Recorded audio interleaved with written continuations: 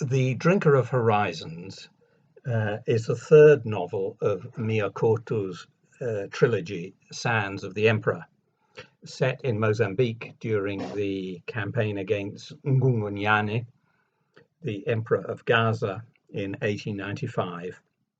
His capture by the Portuguese, led by Mouzinho de Albuquerque, his imprisonment, and ultimate exile in the Azores.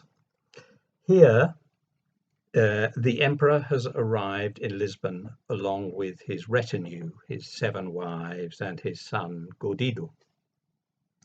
The narrator, as in the previous novels in this series, is Imani, the young girl who is included among the exiles as the emperor's interpreter and is in effect a prisoner herself.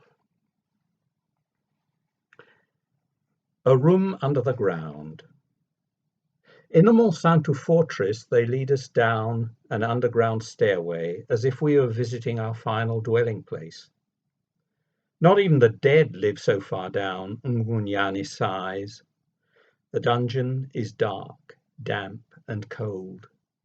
There is water running down the walls, and there is a smell of old things. They are burying us alive, groans Godido. Sitting on the stone floor, the king asks for help taking off his boots. I don't need them, he says. I no longer have any feet. The cold has eaten them. The cold is ravenous. The king rattles on. If the winter continues for much longer, maybe he'll get used to walking without feet. And if they don't kill him, who knows, maybe his feet will grow back again. My eyes get used to the darkness, and I see that the cell is larger than our previous accommodation. But in the depths of the earth, everything seems narrower. We sleep huddling together. Dabondi nestles up to me. For the next few nights, the Queen will be my blanket, my pillow, my stove. We do not know whether we wake early or late, for there is only one small window at the top of the wall.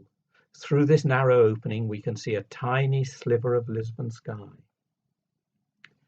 Godido climbs up to peer at the crowd which has gathered on the nearby waste ground. And that is how things will remain over the next few days.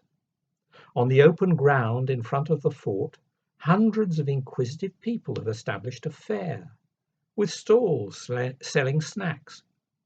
There are postcards of Ngungunyane on sale, along with leaflets containing epic accounts of the African king. The stalls exhibit cookies going by the name of Ngungunyanas, with a cutout of a tubby, large-headed man. The emperor himself would claim to be a fan of these cookies. Not a day will go by when he does not consume himself. The Portuguese rejoice like all unhappy people do, Dabondi murmurs, because they don't realize that the city is cursed. And the Queen spits on the floor, on those same streets where we protest today. The blood of the King Don Carlos will be spilled, and Mouzinho de Albuquerque will drop dead. His body will fall like a dead leaf onto the city's paving stones. We live like moles in a hole burrowed in an alien land. Queen Dabondi recognizes our unhappy condition, but she does not seem sorry. One of these days, she says, water will spring from the paving and rise up the walls. We have a clear challenge, she predicts. Those who turn into fish will be the ones to survive. That is what happened to the Portuguese. A week has gone by since we were imprisoned in the gloom. I hear footsteps. A guard arrives carrying newspapers. He stuffs them through the bars on the door. It's for you to read out loud to the others, he tells me. I show the photographs to the Emperor of Gaza. He smiles, content. It was the King of Portugal who ordered them to be published, he insists. I refrain from translating the captions. They call Ngungunyane the cruel beast, the bloodthirsty chieftain, the brutal tyrant, ally of the English. The papers are then distributed among the prisoners. They patch them together as if they were making clothes. They will use these sheets of paper to keep warm. They who never learned to read are now covered in letters. On the 8th day they came and cleaned the cell and washed the wall. It is rumoured that Don Carlos is to visit Monsanto. Ngungunyane is not startled by the news. I always welcomed royal emissaries from Portugal. They are going to receive me, for that is what they do with kings. The next day they stop their cleaning and painting. King Don Carlos has cancelled the visit. It's a political decision, they explain. They brought Ngungunyane to Lisbon so that he would become a focus of attention. But the presence of the Lion of Gaza has ended up becoming an embarrassment. This unease has a name: women. Ngungunyane may be an African, he may be an enemy of Portugal, but he cannot display the sin of polygamy with such impunity.